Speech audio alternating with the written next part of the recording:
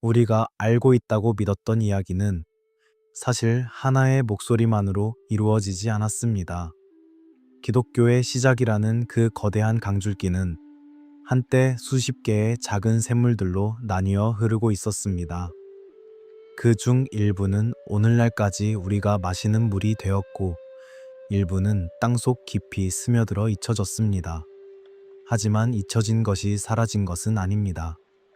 때로 그것은 사막의 항아리 속에 또는 오래된 양피지의 주름 사이에 숨을 죽이고 기다리고 있었습니다. 오늘 밤 우리는 그 숨겨진 목소리들을 천천히 듣게 될 것입니다. 금지되었다고 전해지는 복음서들, 선택된 사람만 읽을 수 있다고 속삭여졌던 책들, 그리고 그 안에 담긴 예수의 가르침, 우리가 한 번도 들어본 적 없는 형태로 남아있는 그 말들을 말입니다. 이 이야기는 음모론이 아닙니다. 선과 악의 대결도 아닙니다. 이것은 단지 다양성의 흔적입니다. 초기 기독교라는 숲이 아직 정리되지 않았을 때, 그 나무들이 각기 다른 방향으로 가지를 뻗고 있었을 때, 그곳에서 자라났던 여러 갈래의 믿음에 관한 기록입니다. 그 중 하나가 영지주의라 불리는 흐름이었습니다. 영지, 그너시스. 이 단어는 그리스어로 지식을 뜻합니다. 하지만 이것은 책 속의 정보가 아니라 깨어남이라는 지식이었습니다. 자기 자신의 기원을 기억해내는 것, 영혼이 어디서 왔고 어디로 가야 하는지를 아는 것, 그 알미 곧 구원이라는 믿음이었습니다. 영지주의는 하나의 교단이 아니었습니다. 그것은 여러 갈래의 공동체들, 여러 선생들, 여러 텍스트들이 느슨하게 묶인 이름이었습니다.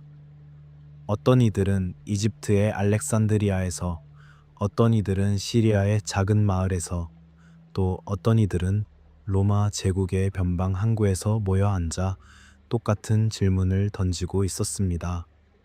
구원은 무엇으로 얻는가? 행위로, 믿음으로, 아니면 깨달음으로? 정통이라 불리게 될 전통은 믿음을 말했습니다.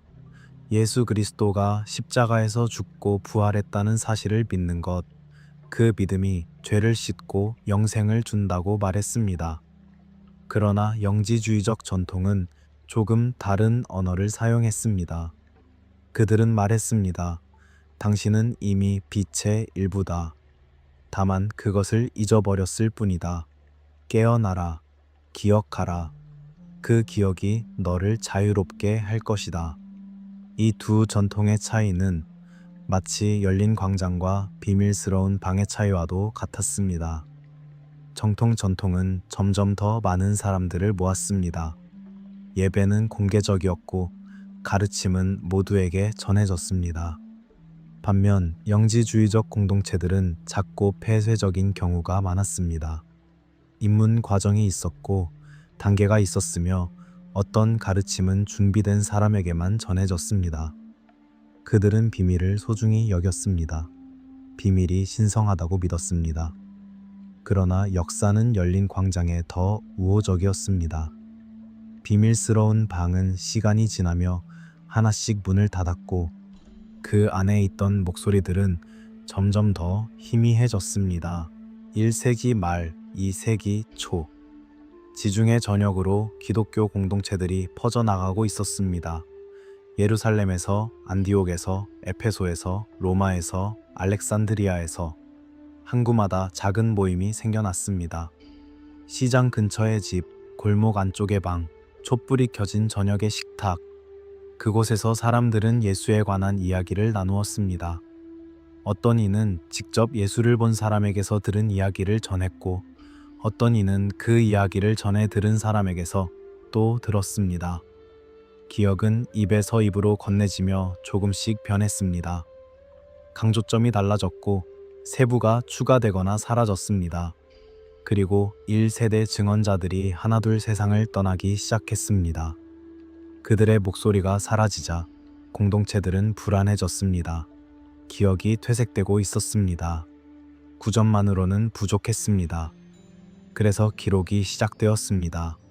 복음서들이 쓰이기 시작했습니다. 마가복음이 먼저였고 마태복음과 누가복음이 뒤를 이었으며 요한복음이 조금 더 늦게 나타났습니다. 이 네 개의 복음서는 점점 더 널리 읽혔습니다. 왜냐하면 그것들은 예수의 삶을 이야기 형태로 담고 있었기 때문입니다.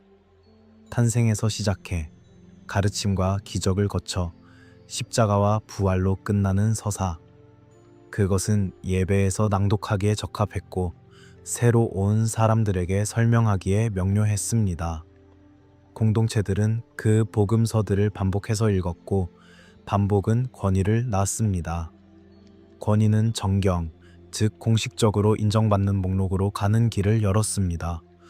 그러나 그것은 느린 과정이었습니다. 2세기에도 3세기에도 아직 완전히 닫힌 목록은 없었습니다.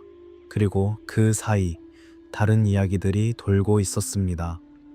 어떤 공동체에서는 도마라는 이름으로 전해지는 예수의 말씀 모음이 읽혔습니다. 어떤 곳에서는 예수와 유다 사이의 비밀 대화가 속삭여졌습니다.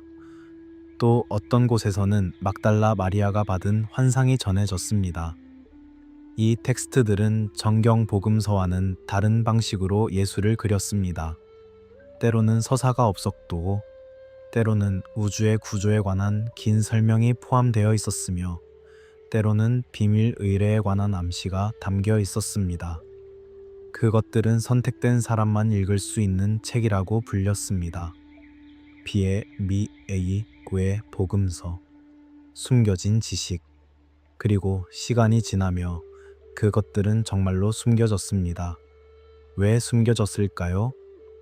그것은 단순한 억압의 이야기가 아닙니다. 물론 정통 전통이 자리를 잡으며 다른 목소리들은 이단으로 규정되었습니다. 금지되었고 불태워졌으며 소유하는 것만으로도 위험한 책이 되었습니다. 하지만 동시에 그 텍스트들은 애초에 소수를 위한 것이었습니다. 비밀은 퍼뜨리기 위해 만들어진 것이 아닙니다. 비밀은 지키기 위해 만들어진 것입니다. 그래서 어떤 공동체들은 그 책들을 땅속에 묻었습니다. 언젠가 다시 필요할 때를 위해 혹은 영원히 사라지게 하기 위해 항아리 속에 양피지 사이에 사막의 절벽 아래에 그리고 그것들은 정말로 사라지는 듯 보였습니다. 수백 년 동안, 1000년 이상. 그러다 1945년 이집트의 사막에서 한 농부가 손을 뻗어 흙을 파냈을 때 시간이 다시 움직이기 시작했습니다. 그 순간으로 가기 전에 우리는 잠시 멈춰 서야 합니다. 숨을 고르고 눈을 감고 상상해야 합니다. 이 세기의 어느 밤 작은 방에서 3명의 사람이 모여 앉아 있습니다. 그들 앞에는 펼쳐진 양피지가 있고 촛불 하나가 흔들리며 글자들을 비춥니다. 한 사람이 낮은 목소리로 읽습니다. 이 말들의 해석을 찾는 자는 죽음을 맛보지 않으리라. 다른 두 사람은 눈을 감고 듣습니다. 그들은 이 말이 무엇을 뜻하는지 정확히 알지 못합니다. 하지만 그것이 중요합니다. 알지 못한다는 것, 그래서 계속 생각하게 된다는 것. 그 사색의 과정 자체가 그들에게는 신성한 것이었습니다. 촛불이 꺼지고 방은 어둠 속으로 잠깁니다. 그러나 그 말들은 그들의 기억 속에 남아 다음 날 아침에도 그 다음 날 저녁에도 되뇌어집니다. 이것이 영지주의적 공동체의 밤이었습니다. 비밀스럽고 조용하며 끝없이 질문하는 밤. 그리고 이제 우리는 사막으로 갑니다. 1945년 12월 이집트 상기집트 지역 나그 함마디라는 작은 마을 근처 나일강에서 멀지 않은 곳에 자발산이라는 절벽지대가 있었습니다.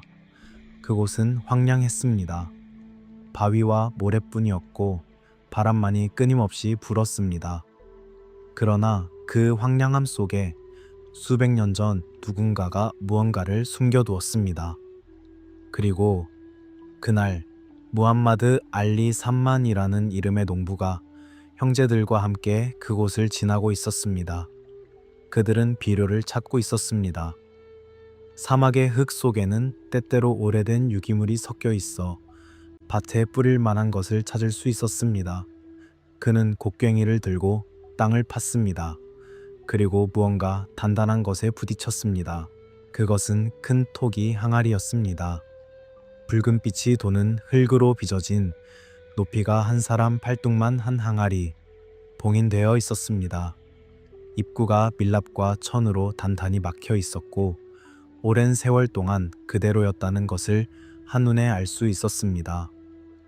무함마드는 잠시 망설였습니다. 항아리 안에 무엇이 들어있을까? 금이 들어있을 수도 있었고 혹은 악령이 들어있을 수도 있었습니다. 그는 곡괭이를 들어 올렸고 항아리를 깼습니다. 밀봉이 깨지며 오래된 공기가 스며 나왔습니다. 그 안에는 금도 악령도 없었습니다. 대신 책들이 있었습니다. 정확히는 코덱스, 즉 제본된 책의 형태였습니다. 두루마리가 아니라 오늘날 우리가 아는 책처럼 페이지가 묶인 형태. 가죽으로 표지를 만들고 파피루스 종이를 접어 꿰맨 책들.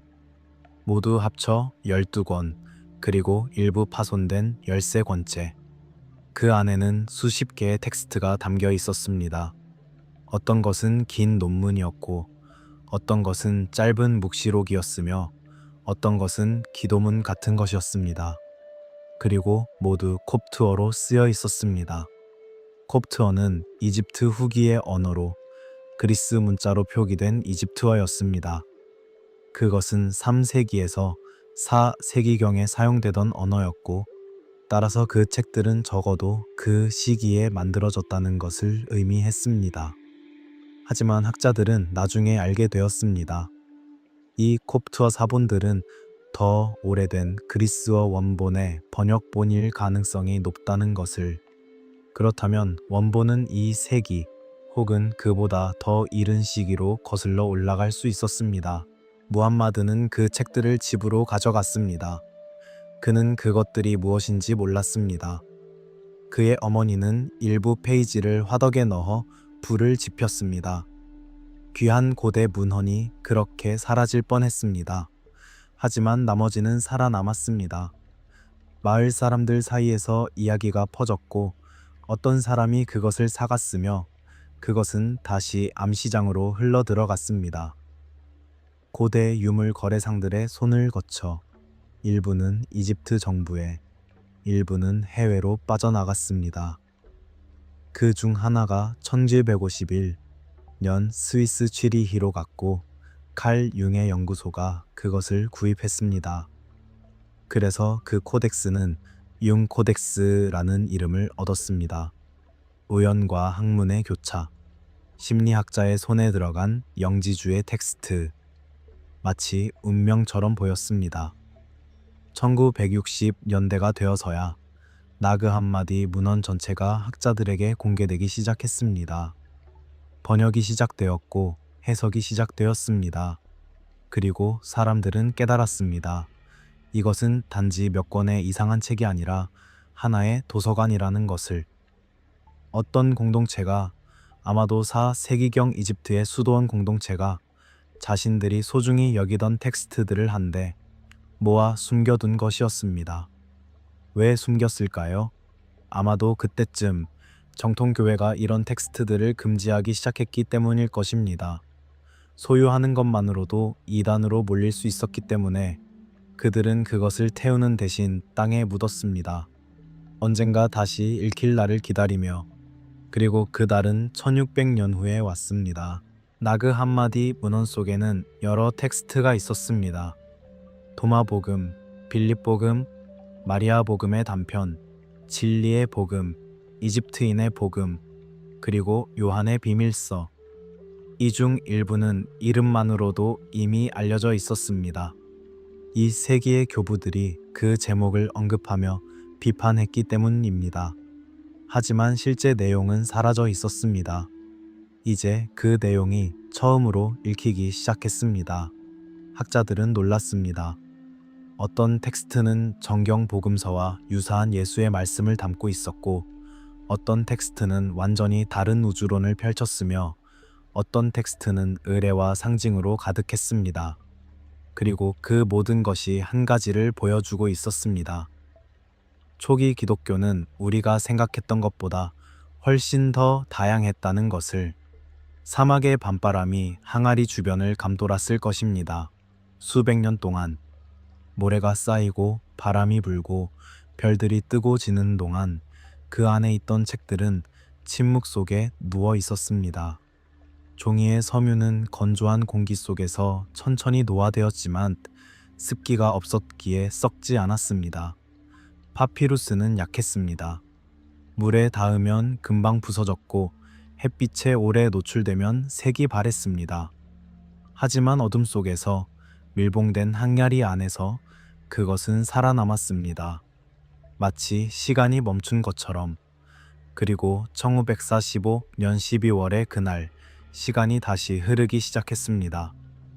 곡괭이의 충격, 항아리의 깨짐, 오래된 공기의 유출, 그리고 햇빛 속으로 드러난 책들. 그것은 기적에 가까운 생존이었습니다. 이제 우리는 그 책들 안으로 들어가야 합니다. 천천히, 조심스럽게, 마치 오래된 방에 처음 발을 들여놓듯이. 그 중 가장 중요한 텍스트 하나가 요한의 비밀서입니다. 이것은 복음서가 아닙니다. 묵시록, 즉 계시의 기록입니다. 부활한 예수가 제자 요한에게 나타나 비밀스러운 가르침을 전하는 형태로 되어 있습니다. 그리고 그 가르침의 중심에는 창조 이야기가 있습니다. 하지만 우리가 아는 창세기의 창조 이야기와는 다릅니다. 근본적으로 다릅니다. 구약의 하나님은 천지를 창조하셨습니다. 빛이 있으라 하시니 빛이 있었고 하늘과 땅이 나뉘었으며 인간이 만들어졌습니다. 그리고 그것은 보시기에 좋았습니다. 이것이 우리가 아는 이야기입니다. 그러나 영지주의자들은 질문했습니다. 정말 그랬을까? 정말 이 세계는 좋은가? 고통과 죽음과 무지가 가득한 이 세계가 완전한 신이 만든 완전한 창조물일 수 있는가? 그리고 그들은 다른 대답을 상상하기 시작했습니다. 만약 이 세계를 만든 존재가 최고의 신이 아니라면, 만약 그가 불완전한 존재 혹은 무지한 존재라면, 그렇다면 많은 것이 설명될 수 있었습니다. 요한의 비밀서는 이렇게 시작합니다. 맨 처음에는 완전한 침묵이 있었습니다. 그것은 신이라고 부를 수도 없는 어떤 것이었습니다. 왜냐하면 신이라는 말조차 그것을 제한하기 때문입니다. 텍스트는 그것을 지극히 보이지 않는 영이라고 부릅니다. 빛도 어둠도 아닌, 존재도 무도 아닌, 모든 대립을 넘어선 순수한 실제. 우리는 그것을 상상할 수 없습니다. 다만 느낄 수 있을 뿐입니다. 마치 깊은 바다의 고요 같은 것, 혹은 숨을 멈춘 순간의 정적 같은 것. 그 보이지 않는 영으로부터 빛이 번지기 시작합니다. 이것을 유출 혹은 에마네이션이라고 부릅니다. 흘러나옴. 마치 샘에서 물이 흘러나오듯이 그 영으로부터 신적 존재들이 하나씩 나타납니다. 첫 번째는 바르벨로라는 존재입니다. 그녀는 어머니이자 아버지의 생각이며 첫 번째 반영입니다. 그리고 바르벨로로부터 다시 다른 존재들이 나타납니다. 이것들을 아이온이라고 부릅니다. 영원한 존재들, 빛의 단계들, 그리고 이 모든 존재들이 함께 이루는 영역을 플레로마, 즉 충만이라고 부릅니다. 완전함으로 가득 찬 세계, 결핍이 없는 곳. 그곳은 우리가 사는 이 세계가 아닙니다. 그곳은 저 너머 우리가 잊어버린 고향입니다. 그런데 어느 순간 무언가 잘못되었습니다. 마지막 아이온 중 하나인 소피아, 즉 지혜가 혼자 무언가를 창조하려 했습니다. 그녀는 다른 존재와 짝을 이루지 않고 단독으로 생각했습니다. 그리고 그 생각으로부터 무언가가 태어났습니다. 하지만 그것은 완전하지 않았습니다. 왜냐하면 그것은 짝 없이 불완전한 의도로 태어났기 때문입니다. 그 존재는 야르다바오트라고 불렸습니다. 혹은 데미우르고스, 즉 조물주라고 불렸습니다. 그는 사자의 얼굴과 뱀의 몸을 가진 것으로 묘사되었습니다. 그리고 그는 자신이 유일한 신이라고 믿었습니다. 왜냐하면 그는 자신 위에 있는 플레로마를 알지 못했기 때문입니다. 야르다바오트는 7 아르콘, 즉 권세자들을 만들었습니다. 그리고 그들과 함께 이 물질 세계를 창조했습니다. 하늘과 땅, 별들과 행성들, 그리고 시간. 그러나 이 창조는 완전한 창조가 아니었습니다. 그것은 모방이었습니다. 그림자였습니다. 플레로마의 빛이 희미하게 반영된 불완전한 복사본이었습니다. 그리고 이 세계는 감옥처럼 설계되었습니다. 별들은 운명의 법칙을 만들었고, 시간은 영혼을 가두었으며, 물질은 무겁고 둔하게 영을 덮었습니다. 이것이 영지주의자들이 본 우주의 구조였습니다. 위에는 빛의 세계, 아래에는 그림자의 세계, 그리고 우리는 그림자 속에 갇혀 있었습니다. 그러나 이야기는 여기서 끝나지 않습니다. 인간이 창조될 때 무언가 특별한 일이 일어났습니다. 아르콘들이 흙으로 아담을 만들었을 때 그는 움직이지 않았습니다. 생명이 없었습니다. 그때 소피아가 혹은 플레로마의 어떤 힘이 개입했습니다. 그들은 아담 안에 빛의 불꽃을 숨겨 넣었습니다. 신적인 영의 작은 조각, 그것이 인간에게 생명을 주었습니다. 그리고 그것이 인간을 특별하게 만들었습니다. 왜냐하면 인간은 물질로 만들어졌지만 그 안에 신적 불꽃을 품고 있었기 때문입니다. 인간은 감옥에 갇혔지만 열쇠를 가지고 있었습니다. 다만 그것을 잊어버렸을 뿐입니다. 에덴 동산 이야기도 다시 쓰입니다. 야르다바우트는 아담과 하와에게 말했습니다. 모든 나무의 열매는 먹어도 되지만 선악을 알게 하는 나무의 열매는 먹지 말라. 먹는 날에는 죽으리라. 하지만 뱀이 와서 말했습니다.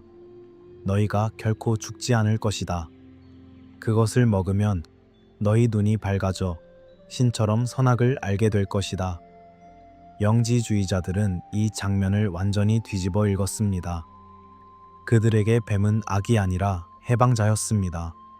지식의 나무는 금지된 것이 아니라 깨어남의 문이었습니다. 왜냐하면 그 지식이야말로 인간이 자신의 진정한 기원을 기억하게 해주는 것이었기 때문입니다. 야르다바우트는 인간이 무지하게 머물기를 원했습니다. 무지한 자는 복종하기 때문입니다.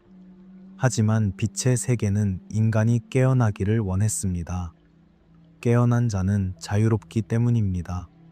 이것이 요한의 비밀서가 말하는 창조 신화의 핵심입니다. 2개의 신, 2개의 세계, 완전한 신과 불완전한 조물주, 빛의 고향과 그림자의 감옥, 그리고 그 사이에서 자신이 누구인지 잊어버린 인간. 영지주의에서 구원은 죄의 사면이 아닙니다. 그것은 기억해내기입니다. 깨어남입니다. 당신 안에 있는 빛의 불꽃을 알아보고 그것이 어디서 왔는지 기억하며 그곳으로 돌아가는 길을 찾는 것. 그것이 영지, 즉 지식입니다. 그리고 그 지식이 당신을 자유롭게 합니다. 이 우주론은 오늘날의 우리에게 매우 낯설게 느껴집니다. 선한 신과 악한 조물주라는 이 원론, 물질 세계를 감옥으로 보는 시각. 이것은 영지주의의 가장 급진적인 측면이었고 동시에 정통교회가 가장 강하게 반대했던 부분이었습니다. 정통 전통은 말했습니다. 창조 세계는 좋다. 하나님이 만드신 것은 모두 좋다. 물질은 악이 아니다. 몸은 저주가 아니다.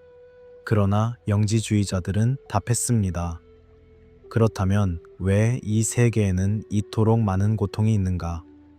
왜 죽음이 있는가? 왜 우리는 이토록 자주 길을 잃는가? 그들의 대답은 세계 자체가 불완전하기 때문이라는 것이었습니다. 그리고 그 불완전함을 인정하는 것이 그들에게는 정직함이었습니다. 우리는 이 이야기를 판단하지 않을 것입니다. 다만 듣고 느끼고 이해하려 할 것입니다.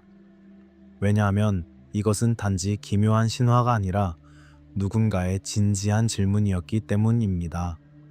이 세기의 어느 공동체가 촛불 아래 앉아 이 이야기를 속삭이며 자신들의 존재의 의미를 찾으려 했던 것입니다. 그들은 세계를 부정하려 한 것이 아니라 세계 너머를 보려 했습니다. 그리고 그 시도는 비록 정통에서 벗어났지만 그 자체로 하나의 영적 여정이었습니다.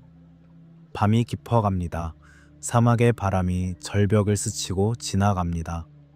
별들이 하늘에 박혀 있고 그 별들은 영지주의자들에게는 아르콘의 눈처럼 보였을 것입니다.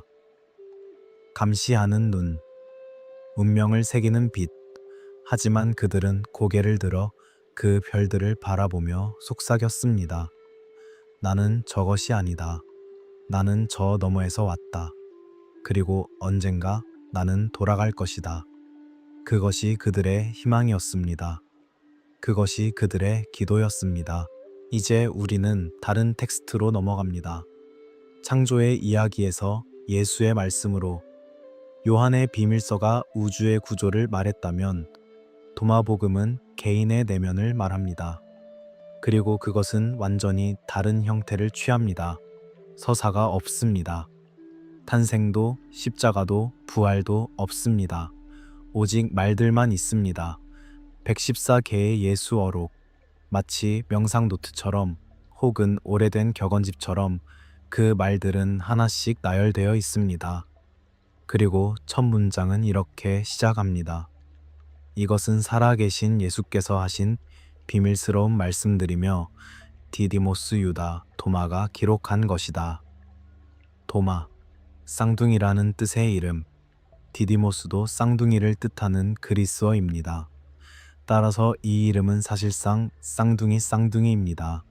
누구의 쌍둥이일까요? 어떤 전통은 그가 예수의 쌍둥이 형제라고 말했습니다. 물론 이것은 상징적인 의미였습니다.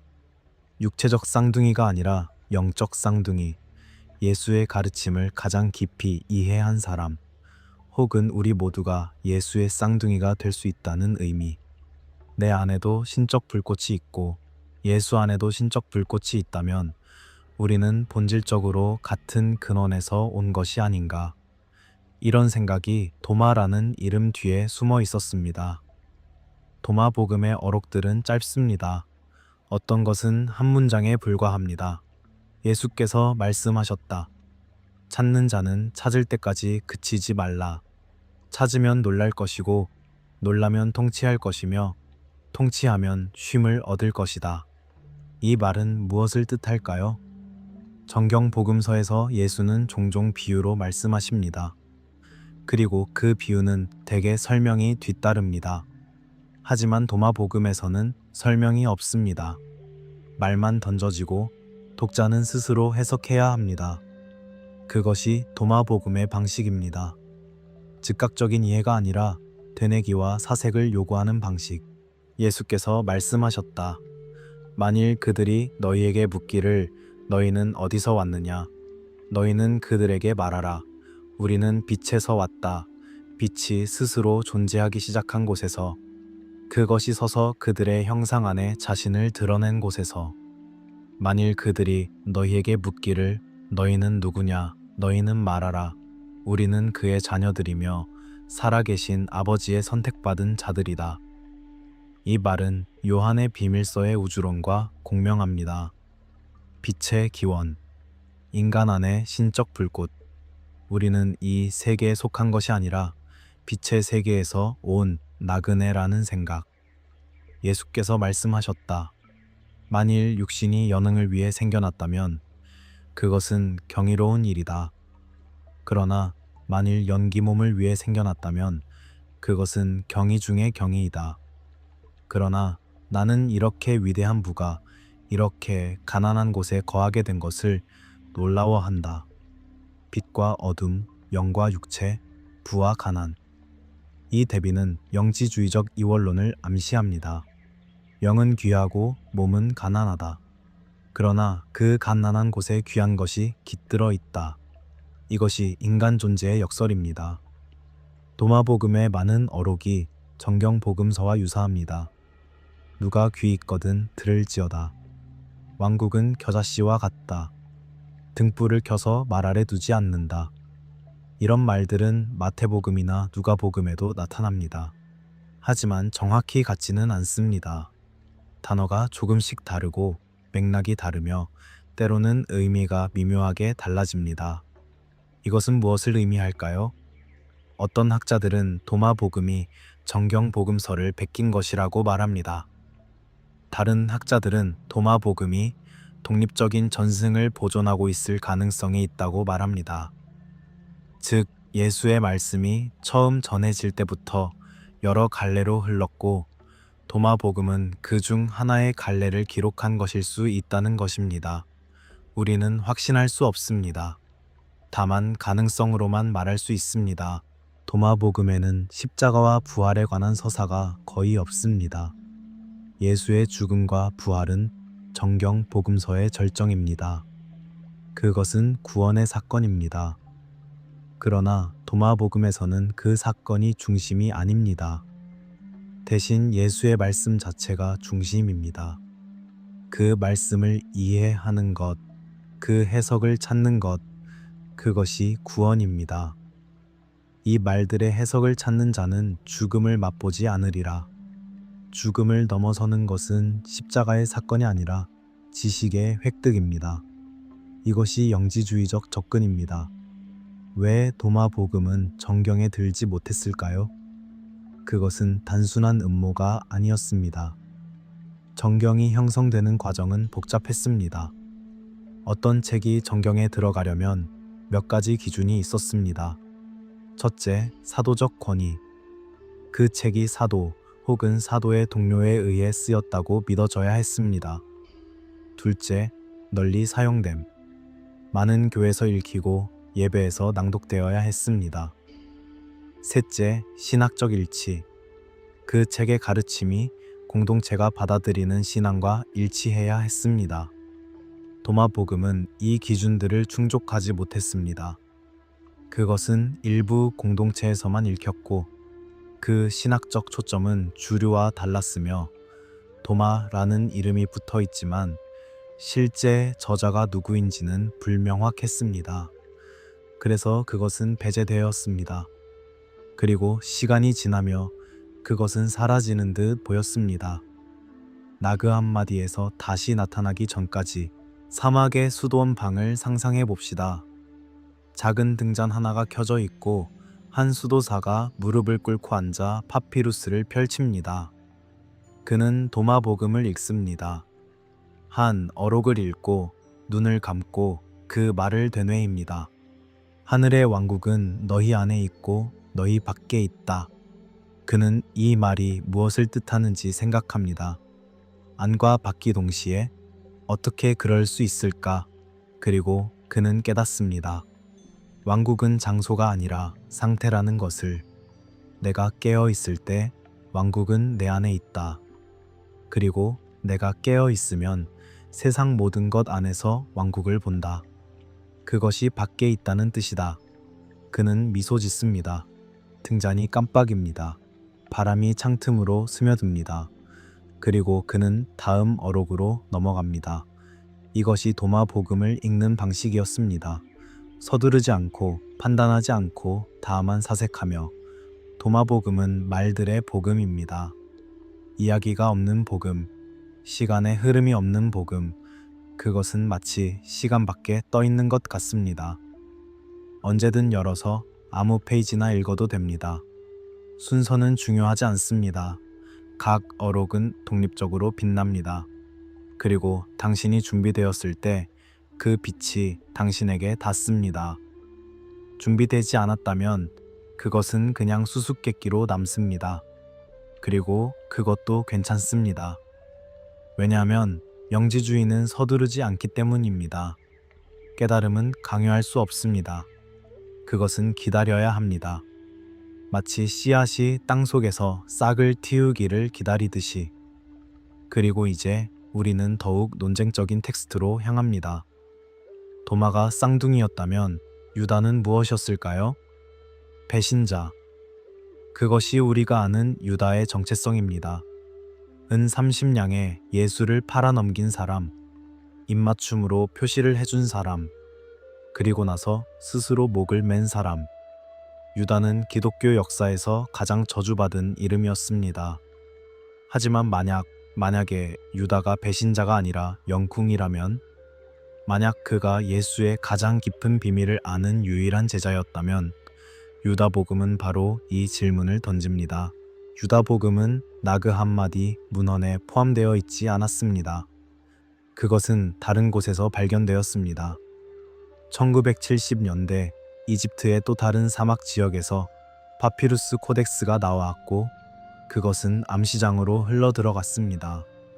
그 파피루스는 매우 취약했습니다. 건조한 사막에서는 보존되었지만 일단 밖으로 나오자 습기와 온도 변화에 노출되어 급격히 손상되었습니다. 일부 페이지는 산산조각이 났고 일부는 글자가 흐릿해졌습니다. 그것은 취약한 기억의 은유와도 같았습니다.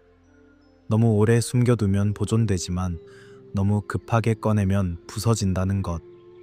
결국 2000년대 초반에 그 텍스트는 복원되고 번역되었으며 2006년에 공개되었습니다. 그리고 세상은 놀랐습니다. 유다복음은 대화 형식으로 되어 있습니다. 예수와 제자들이 이야기를 나누는데 대부분의 시간 동안 제자들은 예수를 이해하지 못합니다. 그들은 예수에게 묻습니다. 우리는 누구입니까? 예수는 웃습니다. 혹은 비웃습니다. 텍스트는 이렇게 말합니다. 예수께서 그들이 감사 기도를 드리는 것을 보시고 웃으셨다. 왜 웃었을까요? 왜냐하면 그들이 기도하는 대상이 잘못되었기 때문입니다. 그들은 이 세계의 창조자에게 기도하고 있었습니다. 데미우르고스에게, 야르다바오트에게. 그러나 예수는 그보다 더 높은 곳에서 왔습니다. 플레로마에서. 그리고 제자들은 그것을 알지 못했습니다.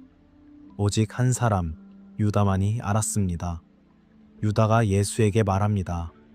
나는 당신이 누구시며 어디서 오셨는지 압니다. 당신은 바르벨로의 불멸의 영역에서 오셨습니다. 그리고 예수는 말합니다. 와서 내가 너에게 비밀을 말해주겠다. 왜냐하면 너는 다른 세대를 위한 것이기 때문이다. 다른 세대. 이것은 무엇을 뜻할까요? 영지주의 텍스트에서 세대는 영적 단계를 의미합니다. 유다는 다른 제자들보다 더 높은 이해를 가진 사람이라는 것입니다. 그래서 예수는 그에게만 진정한 가르침을 전합니다.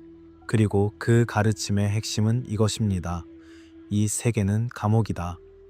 예수의 진정한 자아는 영이며 그의 몸은 단지 임시 거처일 뿐이다. 십자가에서 죽는 것은 몸이지 영이 아니다. 오히려 몸의 죽음은 영의 해방이다.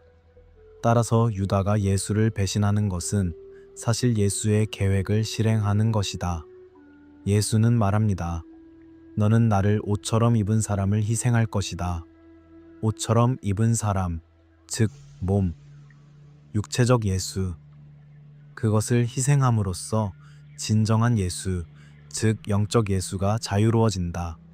그러므로 유다는 배신자가 아니라 예수의 가장 충실한 제자이다. 이것이 유다복음이 말하는 이야기입니다. 이 텍스트는 매우 도발적입니다.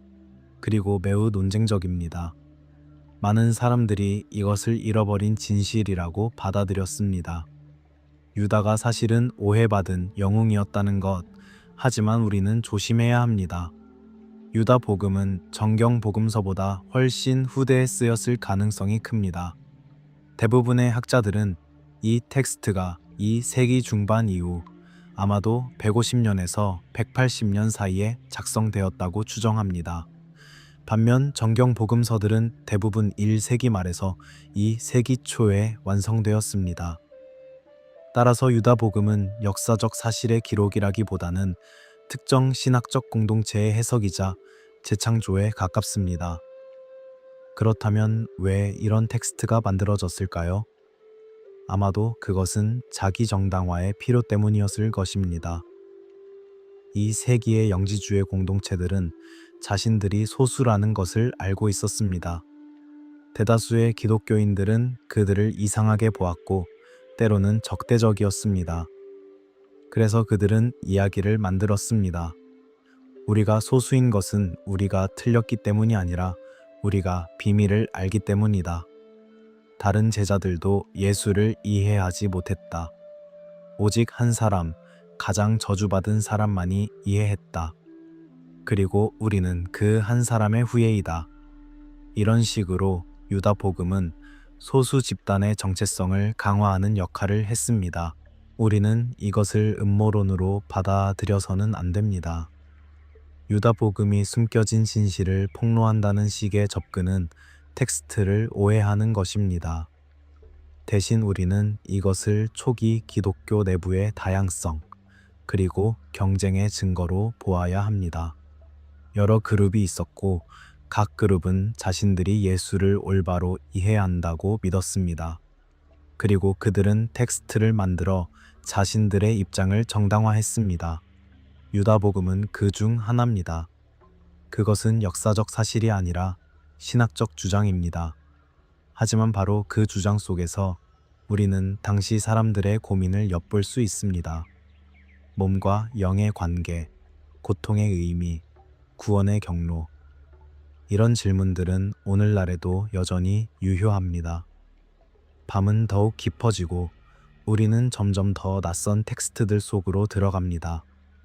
유다 복음이 예수와 제자 사이의 비밀 대화를 다뤘다면 이제 우리는 예수 자신의 이야기로 돌아갑니다. 하지만 정경 복음서가 다루지 않은 부분, 즉 공백으로 남겨진 시간들로 예수의 어린 시절은 정경에서 거의 침묵입니다. 마태복음과 누가복음은 탄생 이야기를 담고 있지만 그 이후 예수가 12살에 성전에 나타나는 장면까지 건너뜁니다. 그리고 그 이후로는 바로 세례 요한에게 세례를 받는 33경의 장면으로 넘어갑니다. 약 18년의 공백. 예수는 그 시간 동안 무엇을 했을까요? 그는 어떤 아이였을까요? 인간은 공백을 견디지 못합니다.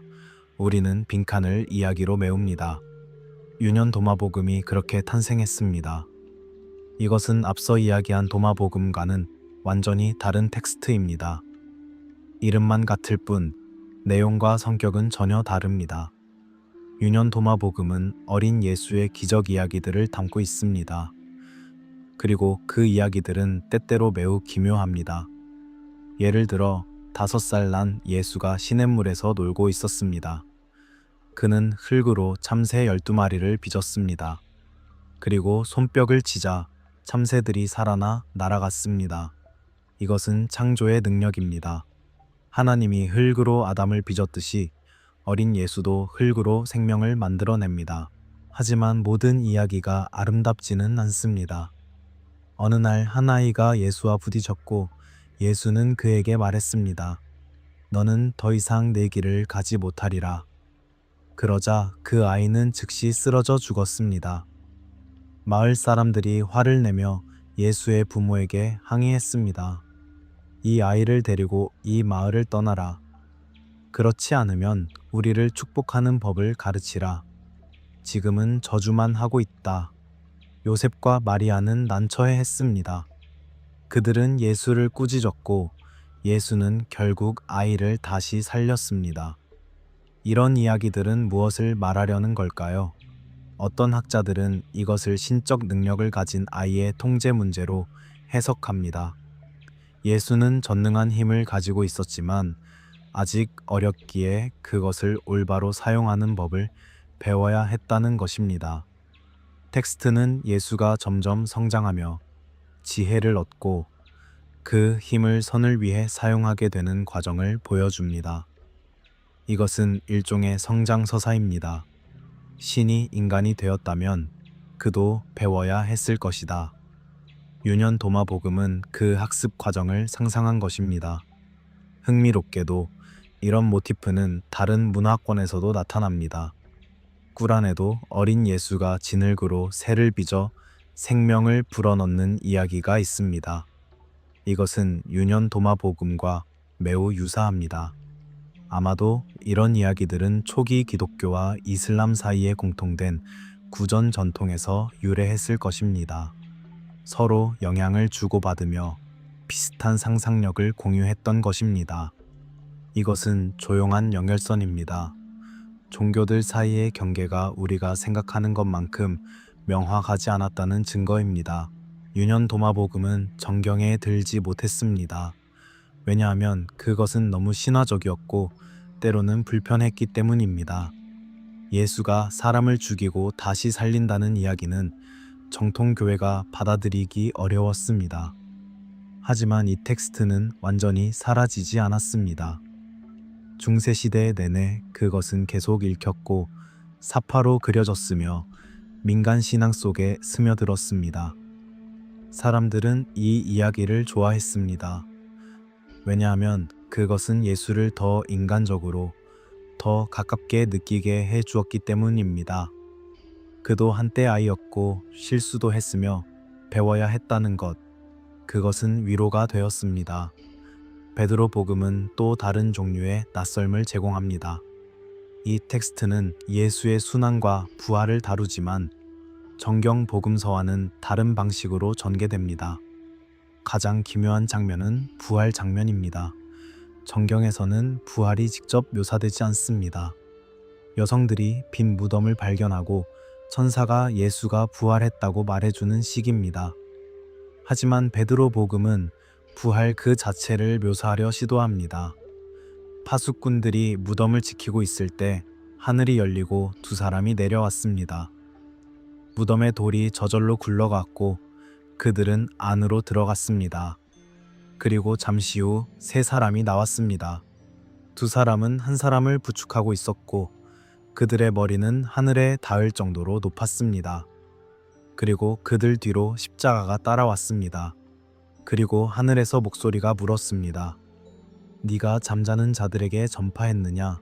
십자가가 대답했습니다. 예, 말하는 십자가. 하늘에 닿는 거인들. 이것은 환상적인 이미지입니다. 신화적 과장의 미학입니다. 정통교회는 이런 표현을 받아들이지 않았습니다. 너무 극적이고 너무 상징적이며 역사적 사실성과 거리가 멀다고 보았습니다. 하지만 베드로 복음을 쓴 사람들에게 이것은 진리를 표현하는 방법이었습니다. 부활은 평범한 사건이 아니다. 그것은 우주적 사건이다. 따라서 평범한 언어로는 표현할 수 없다. 과장되고 환상적이며 거대한 이미지가 필요하다. 그들은 그렇게 생각했습니다. 우리는 이 이상한 이야기들을 공포로 대하지 않을 것입니다. 대신 꿈처럼 대할 것입니다. 꿈은 논리적이지 않습니다. 꿈은 과장되고 상징적이며 때로는 기묘합니다. 하지만 꿈에는 의미가 있습니다. 깊은 곳에서 올라오는 무언가를 담고 있습니다. 유년 도마복음과 베드로 복음도 그런 것입니다. 역사적 사실을 기록한 것이 아니라 깊은 곳의 의미를 표현하려는 시도입니다. 그리고 우리는 그것을 부드럽게 통과할 것입니다. 기묘함을 낮고 부드럽게 느끼며 그것이 무엇을 말하려 했는지 귀 기울이며 이제 질문은 예수의 이야기에서 예수 곁의 인물들로 옮겨갑니다. 특히 한 여성. 그녀의 이름은 마리아 막달레나입니다. 정경 복음서에서 그녀는 중요한 인물입니다. 예수를 따르던 여성 제자들 중 한 명이며 십자가 처형을 끝까지 지켜본 사람이고 부활한 예수를 가장 먼저 본 사람입니다. 요한복음은 부활의 아침, 막달레나가 빈 무덤에서 울고 있을 때 예수가 그녀에게 나타나는 장면을 담고 있습니다. 예수는 그녀를 이름으로 불렀고 그녀는 라버니라고 대답했습니다. 선생님, 이것은 친밀하고 감동적인 장면입니다. 하지만 시간이 지나며 막달레나의 이미지는 왜곡되었습니다. 6세기경 교황 그레고리우스 1세가 설교에서 막달레나를 누가복음 7장에 나오는 죄 많은 여인과 동일시했습니다. 그 여인은 예수의 발을 눈물로 씻고 머리카락으로 닦았으며 향유를 부었습니다. 교황은 말했습니다. 이 여인이 막달레나이며 그녀는 창녀였다. 이것은 근거 없는 동일시였습니다. 성경 어디에도 막달레나가 창녀였다는 언급은 없습니다. 하지만 이 이미지는 오랫동안 지속되었습니다. 중세 미술에서 막달레나는 회개한 죄인으로 그려졌고 그녀의 실제 역할은 흐려졌습니다. 그런데 영지주의 문헌들에서 막달레나는 다른 모습으로 나타납니다. 그녀는 비밀 가르침의 계승자입니다.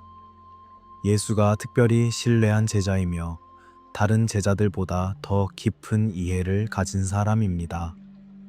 빌립복음과 마리아복음은 모두 막달레나를 이런 식으로 묘사합니다.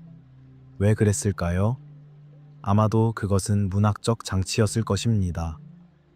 영지주의 공동체들은 자신들의 가르침이 비밀스럽고 특별하다고 주장했습니다.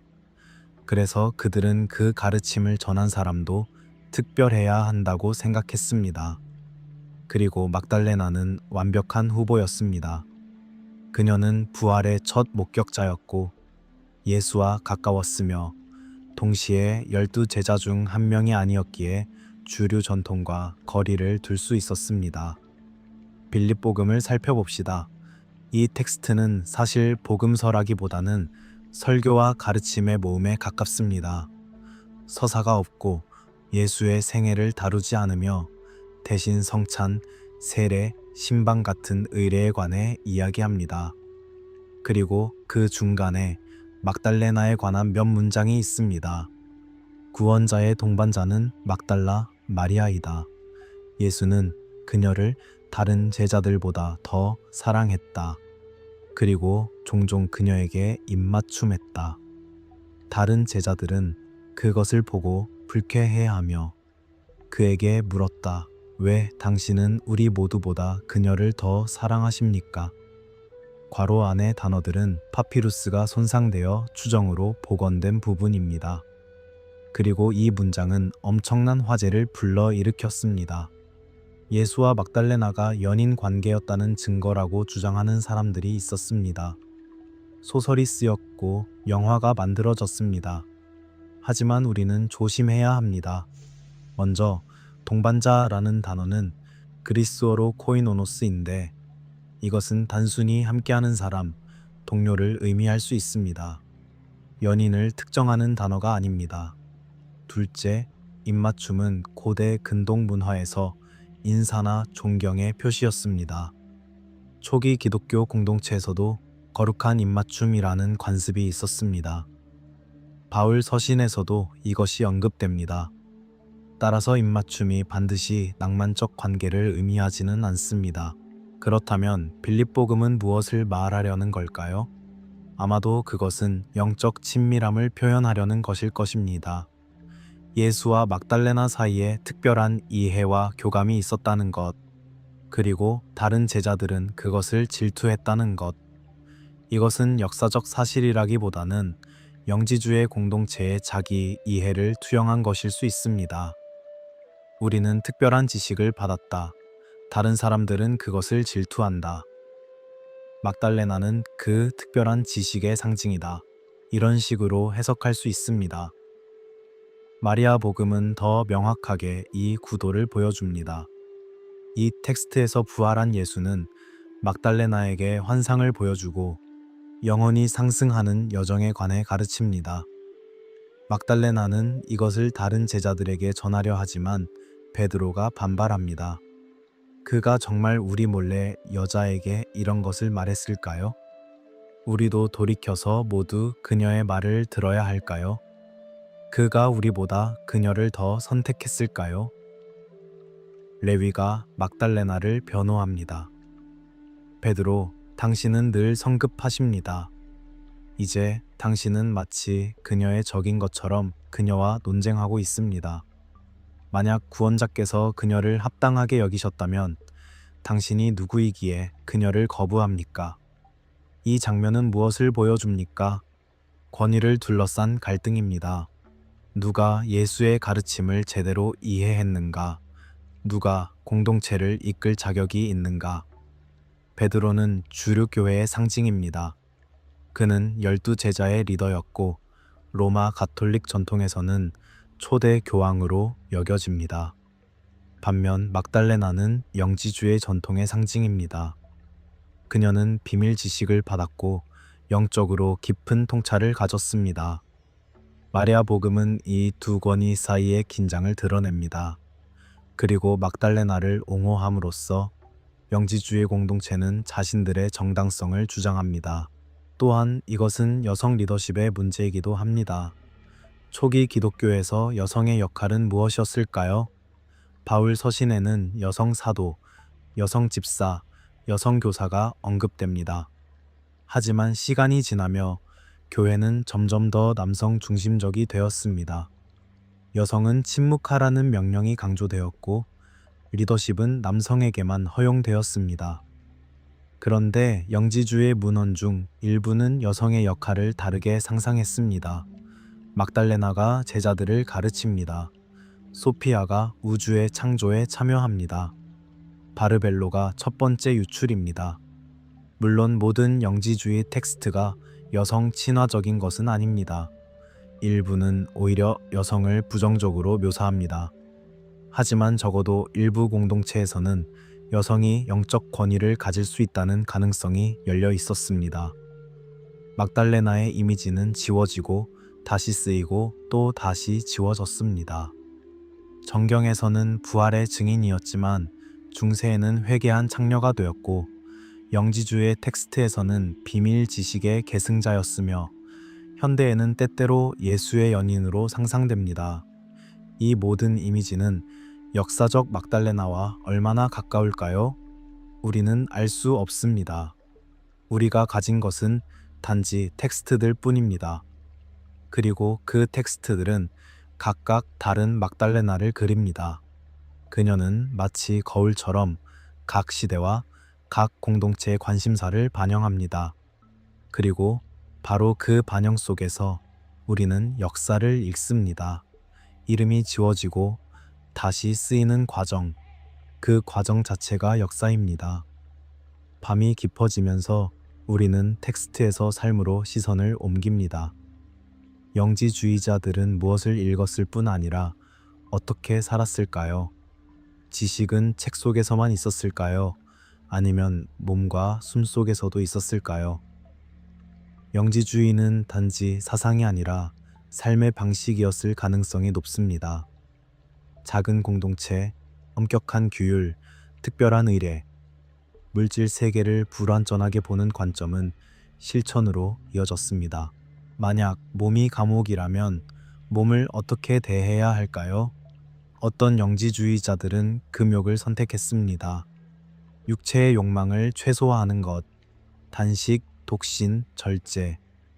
음식은 필요한 만큼만 먹고 성적 관계는 피하며 수면도 적게 취했습니다. 이것은 몸을 학대하려는 것이 아니었습니다. 오히려 몸에 대한 영의 우위를 확인하려는 것이었습니다. 나는 몸이 아니다. 나는 그 안에 갇힌 빛이다.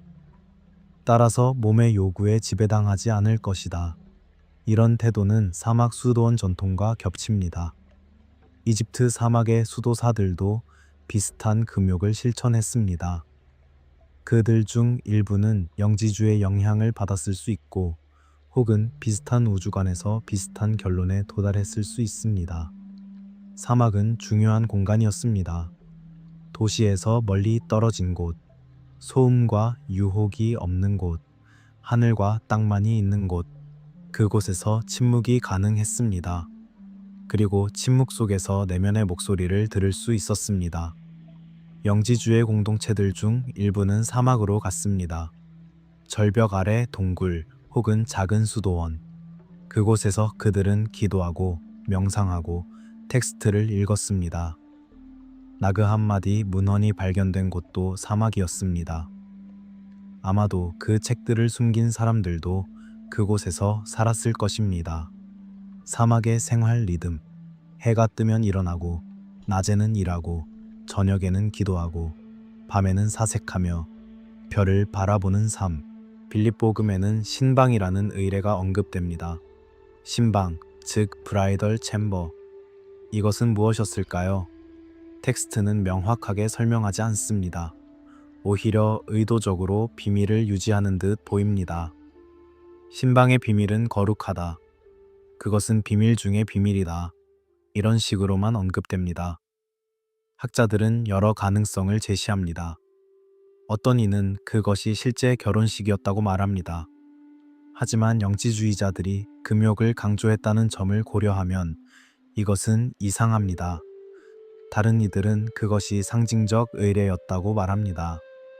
개인의 영혼과 그의 하늘의 대응자, 즉 천상의 자아가 합이라는 의례. 마치 혼인처럼 둘이 하나가 되는 것. 하지만 그것은 물리적 결합이 아니라 영적 합일입니다. 빌립복음은 말합니다. 신방에 들어가지 못한 자는 아직 완전하지 않다. 신방의 아들들은 빛의 아들들이다. 이런 표현들은 신방 의례가 어떤 종류의 입문 혹은 단계 상승과 관련되었음을 암시합니다. 아마도 특정 가르침을 받고 특정 이해에 도달한 사람만이 이 의례에 참여할 수 있었을 것입니다. 그리고 그 의례를 통해 그는 더 높은 단계로 올라갔습니다. 완전함에 가까워졌습니다. 빛과의 합의를 경험했습니다. 하지만 구체적으로 무엇이 일어났는지는 우리는 알 수 없습니다. 왜냐하면 그것은 비밀이었고 비밀은 기록되지 않았기 때문입니다. 영지주의 수행 중 또 하나 흥미로운 것은 모음 연속 찬트입니다. 일부 텍스트는 신적 이름이나 힘을 모은 문자의 연속으로 표현합니다. 예를 들어 A A A A A A E E E E E E O O O O O 같은 식입니다. 이것은 무엇일까요? 어떤 학자들은 이것이 발성 명상의 일종이었다고 말합니다. 모음을 길게 발음하는 것. 그 진동이 몸 안에서 울리고 그 울림이 의식을 변화시킨다는 것입니다. 다른 전통의 명상에서도 비슷한 것을 볼 수 있습니다. 힌두교의 오음, 불교의 만트라. 물론 이것들이 직접 연결되었다고 단정할 수는 없습니다. 하지만 인간의 영성은 때때로 비슷한 길을 찾습니다. 숨과 소리, 그것을 통해 내면 깊은 곳에 도달하려는 시도. 상상해 봅시다. 어두운 방에 앉아 눈을 감고 천천히 숨을 들이쉽니다. 그리고 내쉬며 A A A A A A A A A A A A A A A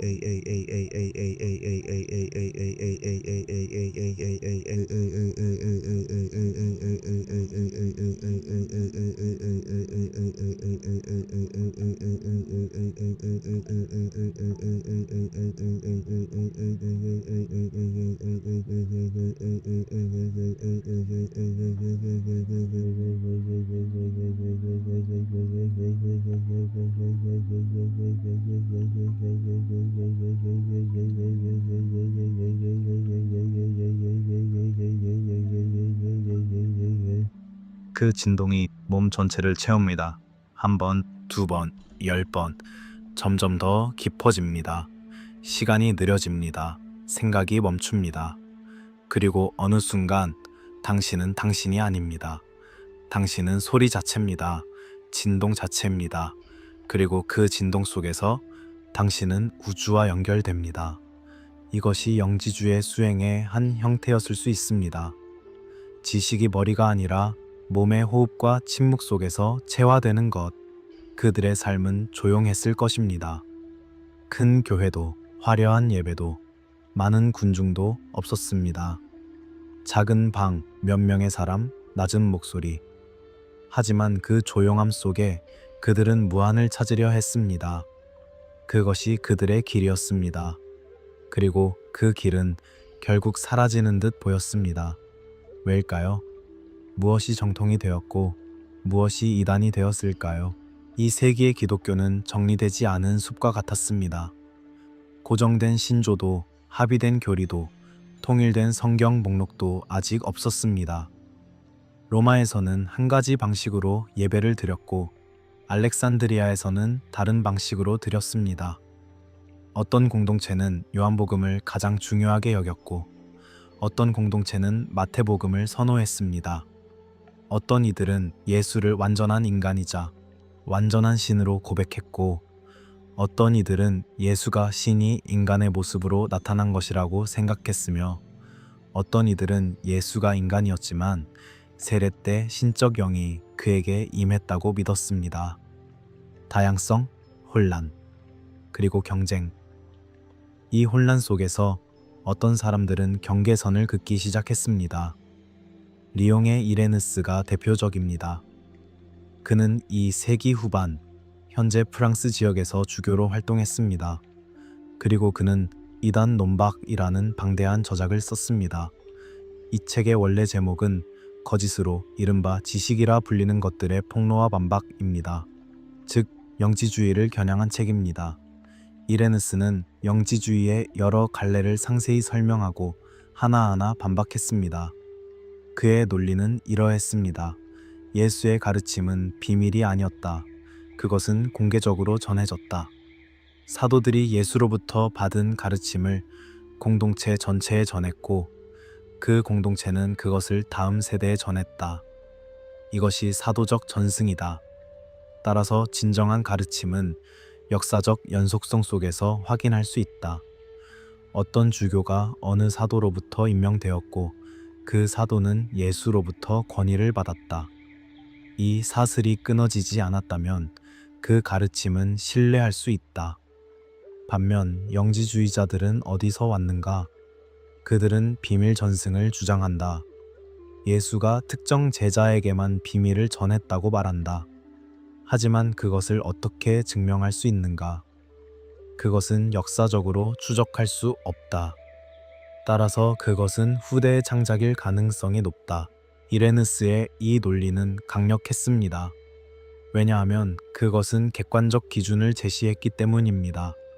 사도적 전승, 역사적 연속성, 공동체의 합의. 이것들은 확인할 수 있는 것들이었습니다. 반면 영지주의의 비밀 지식은 확인할 방법이 없었습니다. 누가 그것을 받았는지, 언제 받았는지, 어떻게 전해졌는지 모두 불명확했습니다.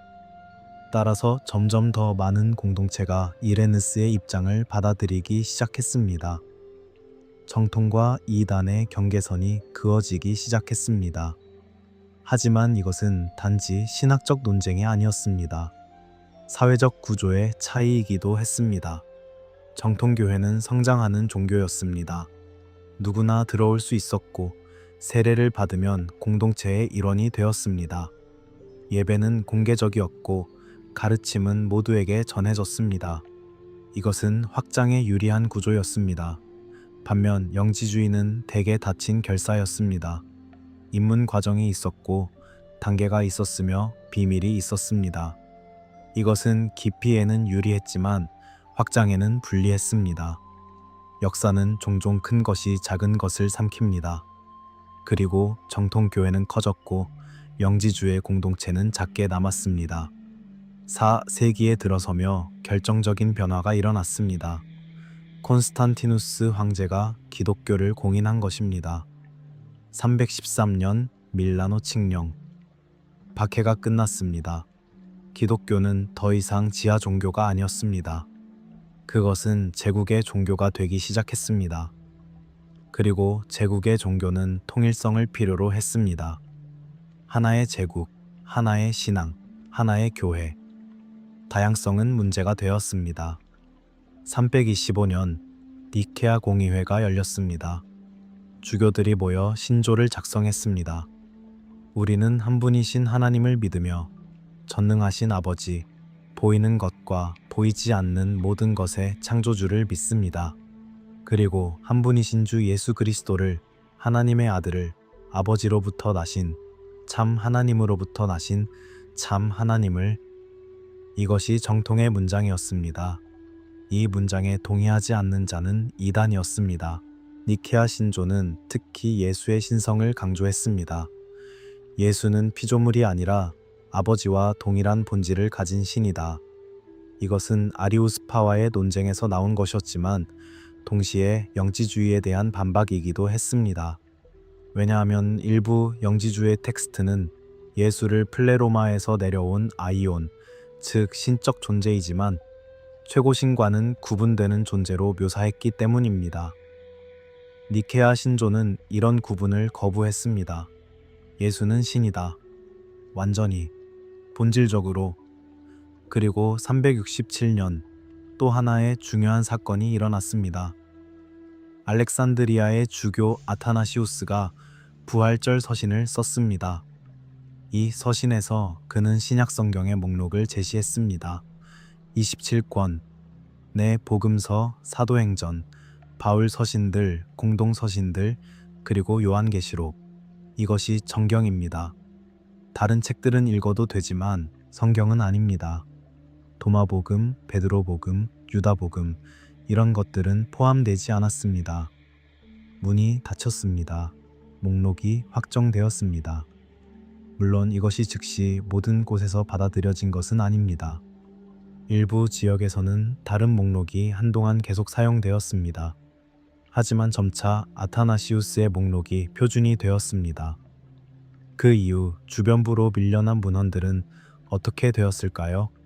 일부는 파괴되었습니다. 이단으로 규정된 책을 소유하는 것은 위험했기 때문에 사람들은 그것을 태웠습니다. 일부는 숨겨졌습니다. 나그 한마디의 항아리처럼 땅속에 묻혔습니다.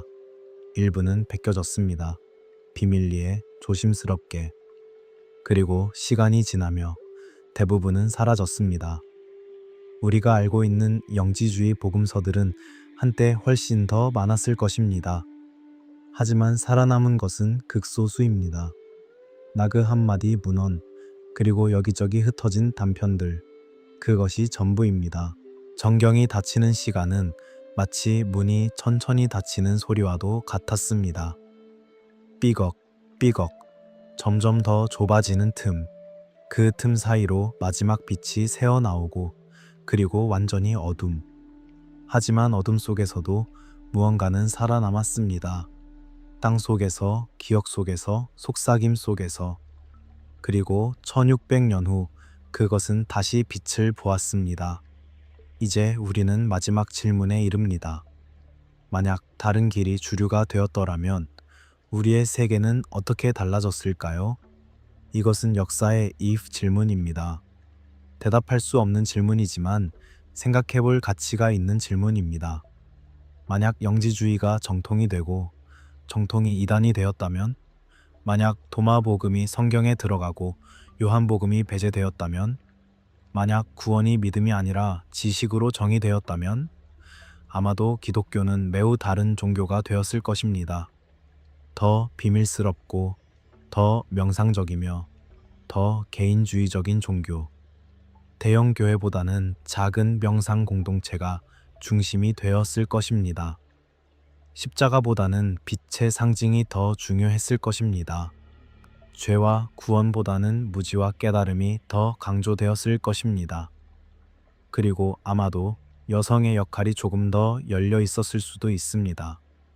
막달레나가 베드로만큼 존경받는 세계, 소피아가 성령만큼 중요한 세계.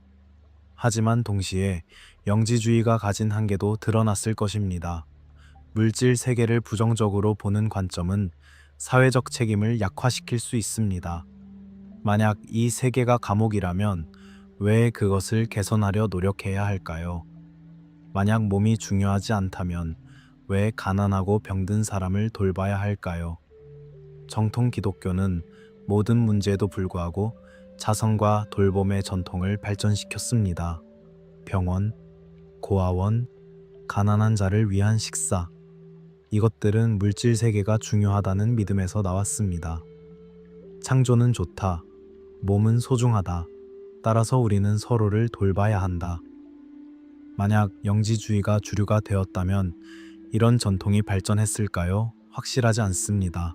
역사는 if로 쓰이지 않습니다. 일어난 일만이 역사입니다. 그리고 일어난 일은 이것입니다. 정통이 승리했고 영지주의는 사라졌습니다. 하지만 사라진 것이 완전히 사라진 것은 아닙니다. 흔적이 남았습니다. 나그 한마디 문헌 같은 직접적 흔적도 있고 더 미묘한 흔적도 있습니다.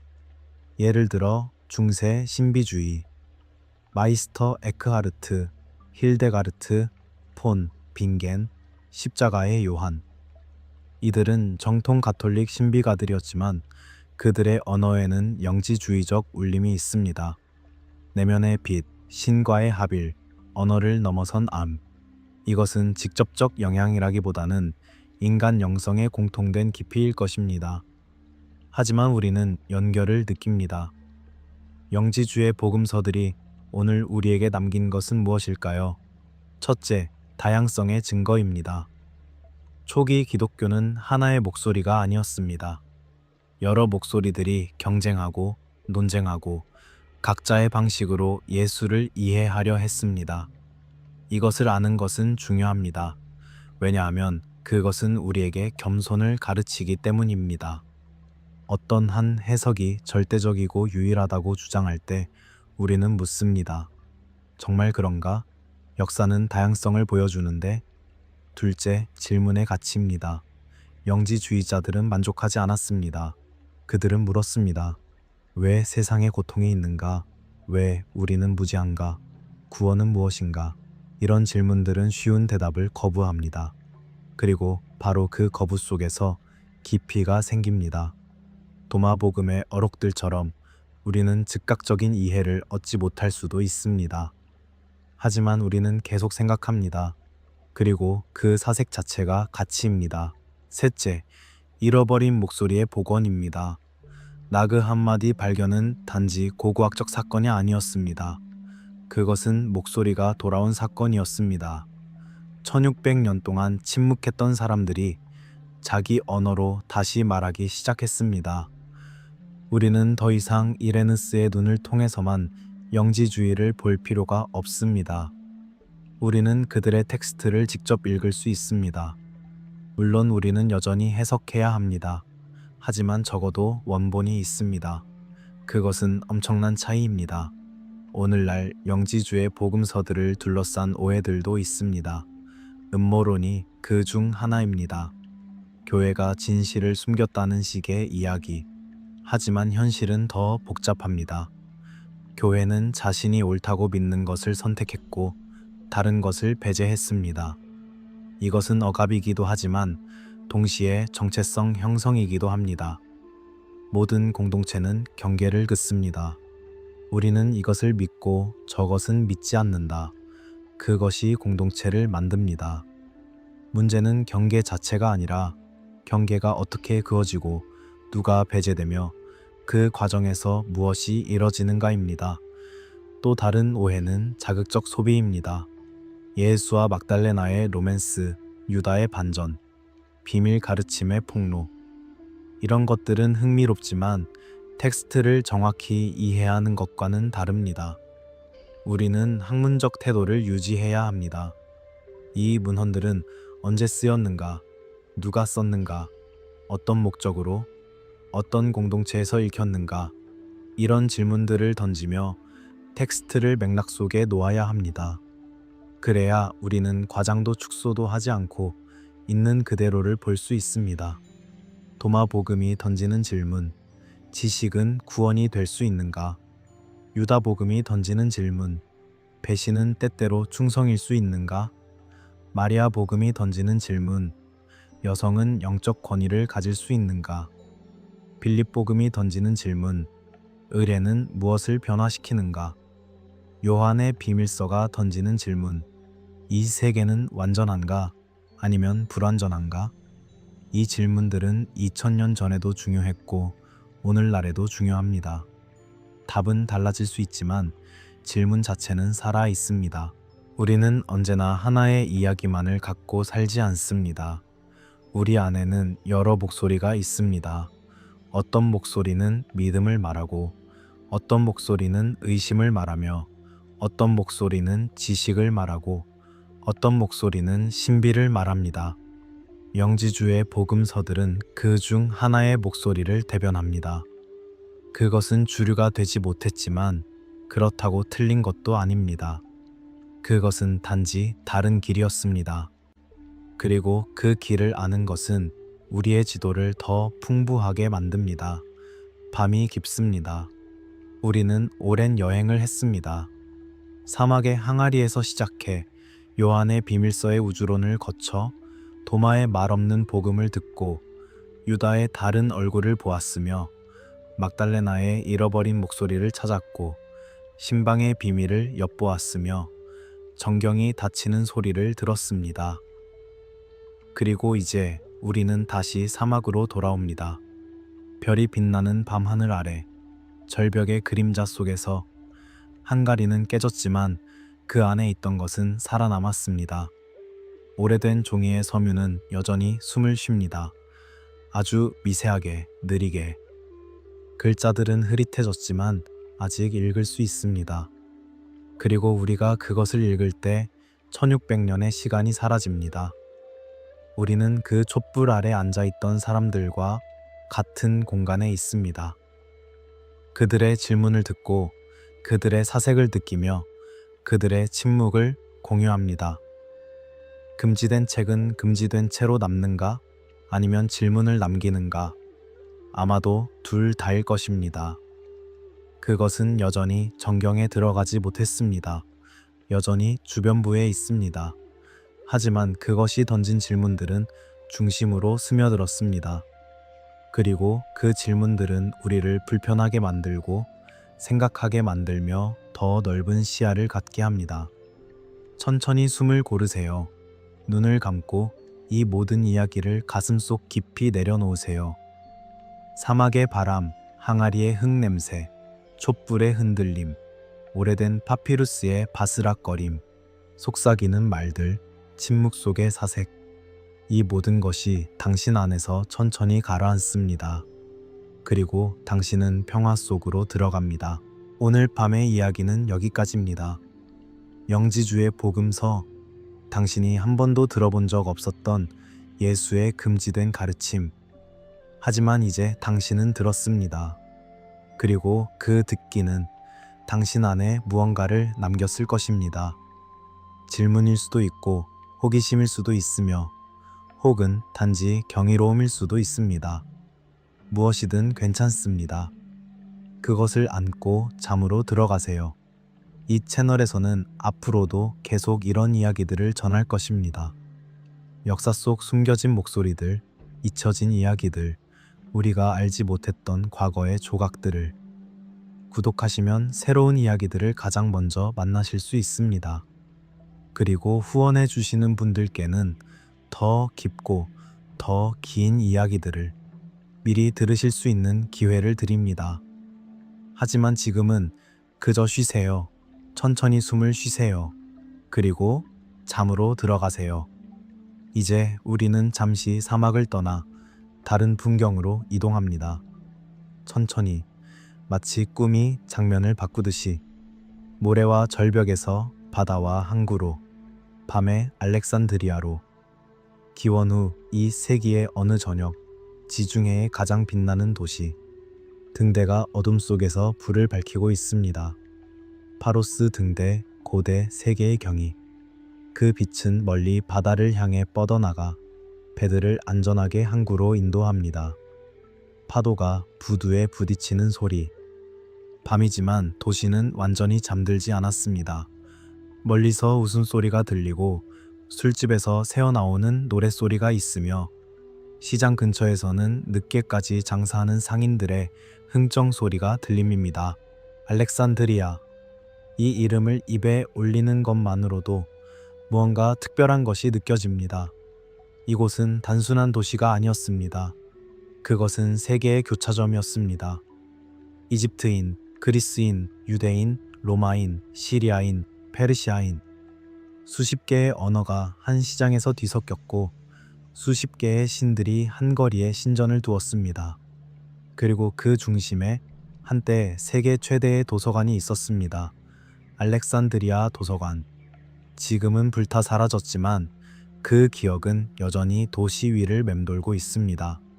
수십만 권의 파피루스 두루마리, 플라톤, 아리스토텔레스, 호메로스, 헤로도토스, 그리고 모세의 오경, 예언서들, 지혜문학, 모든 지식이 그곳에 모였습니다. 모든 질문이 그곳에서 만났습니다. 우리는 종종 영지주의를 마치 어느 날 갑자기 나타난 이상한 이단처럼 생각합니다. 기독교 안에서 돌연변이처럼 생겨난 것. 하지만 그것은 사실이 아닙니다. 영지주의는 오랜 시간에 걸쳐 형성되었습니다. 그것은 여러 흐름이 합쳐진 강이었습니다. 그리스 철학의 물줄기, 유대교의 물줄기, 페르시아 종교의 물줄기, 이집트 신비 전통의 물줄기. 그리고 이 모든 물줄기가 만나는 곳 중 하나가 바로 알렉산드리아였습니다. 이곳에서 사람들은 생각을 뒤섞었고 질문을 교환했으며 새로운 언어를 발명했습니다. 영지주의는 그 과정에서 탄생한 언어 중 하나였습니다. 항구를 따라 천천히 걸어 봅시다. 밤바람이 차갑습니다. 바다 냄새가 섞인 공기. 멀리서 파도가 끊임없이 밀려왔다 물러갑니다. 보이는 것과 보이지 않는 것. 파도가 밀려올 때는 보이지만 물러가면 다시 보이지 않습니다. 이 리듬은 마치 플라톤의 철학과도 같습니다. 플라톤은 말했습니다. 우리가 보는 세계는 진짜가 아니다. 그것은 그림자이다. 동굴 안에서 벽에 비친 그림자. 진짜 세계는 동굴 밖에 있다. 보이지 않는 세계, 형상의 세계, 완전함의 세계. 우리가 여기서 보는 아름다움은 불완전한 복사본이다. 진짜 아름다움은 저 너머에 있다. 이 생각은 기원전사 세기의 아테네에서 시작되었습니다. 하지만 그것은 사라지지 않았습니다. 오히려 퍼져나갔습니다. 알렉산더 대왕이 동쪽으로 정복 전쟁을 하며 그리스 문화화가 지중해 전역으로 그리고 그 너머로 퍼졌습니다. 이것을 헬레니즘이라고 부릅니다. 그리스화 그리고 플라톤의 철학도 함께 퍼졌습니다. 기원 후 1세기, 2세기가 되면 플라톤주의는 단지 철학 학파가 아니라 하나의 세계관이었습니다. 많은 교양 있는 사람들이 그것을 당연한 것으로 받아들였습니다. 보이는 세계와 보이지 않는 세계, 물질과 정신, 몸과 영혼, 이 대비는 공기처럼 흔했습니다. 그리고 기독교가 그리고 영지주의가 이 공기 속에서 태어났습니다. 그들은 플라톤을 읽지 않았을 수도 있습니다. 하지만 그들은 플라톤의 언어를 숨쉬었습니다. 왜냐하면 그것이 그 시대의 언어였기 때문입니다. 영지주의가 말하는 플레로마와 물질 세계의 대비, 보이지 않는 신과 보이는 창조물의 거리, 영혼의 상승과 하강, 이 모든 것에는 플라톤의 그림자가 드리워져 있습니다. 아니, 그림자라기보다는 닮은 결이라고 해야 할까요? 같지는 않지만 비슷한 무늬, 같은 질문에서 출발했기에 비슷한 대답에 도달한 것. 알렉산드리아의 한 작은 방을 상상해 봅시다. 창문 너머로 바다가 보이고 등잔 하나가 책상을 비춥니다. 한 사람이 앉아 있습니다. 그는 유대인입니다. 그리고 그는 플라톤을 읽었습니다. 동시에 그는 모세의 오경을 읽었습니다. 이 두 세계를 어떻게 연결할 수 있을까? 그는 생각합니다.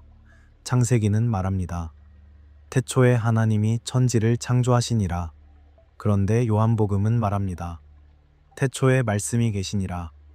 이 말씀이 하나님과 함께 계셨으니 이 말씀은 곧 하나님이시니라. 말씀, 그리스어로 로고스. 로고스는 플라톤주의에서도 중요한 개념입니다. 이성, 질서, 우주를 관통하는 원리. 아, 그렇다면 창세기의 창조와 플라톤의 로고스를 연결할 수 있지 않을까? 이것은 단지 상상이 아닙니다. 실제로 이런 사람이 있었습니다. 필론이라는 이름의 알렉산드리아 유대인. 그는 기원 후 1세기 전반에 살았고 방대한 저술을 남겼습니다. 그의 작업은 유대교 성서를 그리스 철학의 언어로 해석하는 것이었습니다. 그리고 그는 매우 성공적이었습니다. 필로는 영지주의자가 아니었습니다. 하지만 그의 언어는 영지주의자들에게 영향을 미쳤습니다. 로고스, 지혜, 중재자. 이런 개념들이 영지주의의 아이온, 소피아, 그리스도의 언어로 변형되었습니다. 철학이 신학이 되었습니다. 아니, 철학과 신학이 서로를 필요로 하며 함께 자라났습니다. 왜 철학이 필요했을까요? 왜 단순히 믿는 것으로는 충분하지 않았을까요? 아마도 그것은 질문이 너무 복잡했기 때문일 것입니다. 신은 완전한데 세상은 왜 이토록 깨져 있는가? 이 질문에 단순히 신의 뜻이다 라고 대답하는 것으로는 만족할 수 없었습니다. 왜, 어떻게, 무엇 때문에 질문은 계속 이어졌습니다. 그리고 철학은 질문을 더 정교하게 만드는 도구였습니다. 철학은 신앙을 파괴하지 않았습니다. 오히려 신앙의 질문을 더 미세하게, 더 깊게 만들었습니다. 플라톤은 말했습니다. 완전한 세계는 저 너머에 있다. 영지주의자들은 그것을 받아들이고 한 걸음 더 나아갔습니다. 그렇다면 이 세계를 만든 자는 완전하지 않을 수 있다. 왜냐하면 완전한 존재는 불완전한 것을 만들 수 없기 때문이다.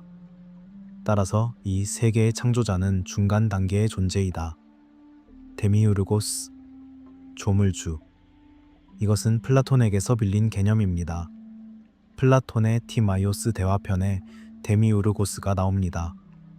그는 형상의 세계를 보고 그것을 모방해 물질 세계를 만듭니다. 하지만 플라톤의 데미우르고스는 선한 존재입니다. 그는 최선을 다해 좋은 세계를 만들려 합니다.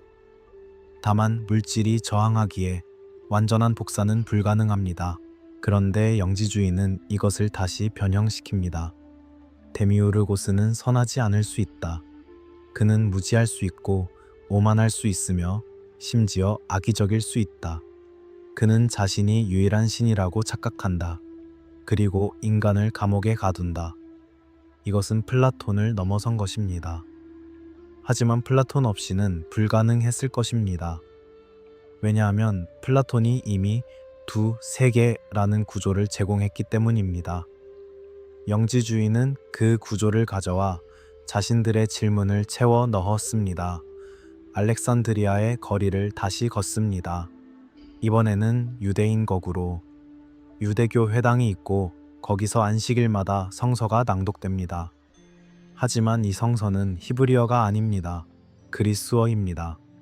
셉투아진타 70인역 기원전 3세기경 알렉산드리아에서 번역된 구약 성서. 왜 번역이 필요했을까요? 왜냐하면 디아스포라 유대인들, 즉 팔레스타인 밖에 사는 유대인들은 점점 히브리어를 잊어가고 있었기 때문입니다. 그들은 그리스어로 말하고 그리스어로 생각했습니다. 따라서 성서도 그리스어로 읽어야 했습니다. 그런데 번역은 단지 단어를 바꾸는 것이 아닙니다. 번역은 의미를 변화시킵니다. 히브리어의 루아흐는 숨, 바람, 영을 모두 의미합니다. 하지만 그리스어로 번역하면 프느마가 됩니다. 그리고 프느마는 그리스 철학에서 이미 특정한 의미를 가지고 있습니다. 영, 생명의 원리, 우주를 채우는 미세한 물질. 따라서 성서를 그리스어로 읽는 순간 그리스 철학의 개념이 스며듭니다. 의도하지 않았어도 그것은 일어납니다. 언어가 사고를 형성하기 때문입니다. 유대교의 지혜문학도 중요한 역할을 했습니다. 잠언, 전도서, 지혜서. 이 텍스트들에서 지혜는 의인화됩니다. 지혜는 마치 한 존재처럼 말합니다. 주께서 태초에 나를 지으셨다. 만물이 있기 전에 나는 있었다. 내가 그와 함께 있었고 그가 하늘을 세울 때 내가 거기 있었다. 지혜가 창조의 동반자입니다. 중재자입니다. 신과 세계 사이의 다리입니다. 이것은 영지주의의 소피아와 얼마나 가까운가요? 매우 가깝습니다. 소피아는 그리스어로 지혜입니다. 영지주의는 유대교의 지혜 전통을 가져와 자신들의 우주론 속에 배치했습니다. 소피아는 마지막 아이온이 되었고 그녀의 잘못된 창조가 물질 세계를 낳았습니다. 유대교의 지혜는 긍정적이었지만 영지주의의 소피아는 양가적입니다. 그녀는 빛에서 왔지만 실수를 저질렀습니다. 그 실수가 우리가 사는 이 세계입니다. 밤은 더욱 깊어지고 우리는 한 철학학교 앞을 지나갑니다. 문은 닫혀 있지만 낮에는 이곳에서 강의가 열렸을 것입니다.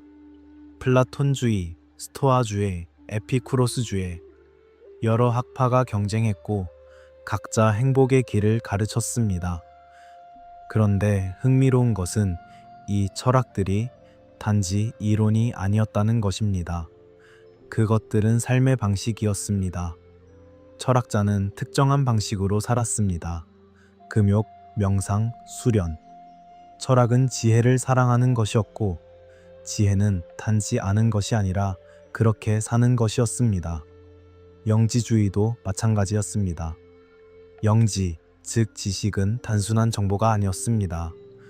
그것은 존재의 방향을 바꾸는 깨달음이었습니다.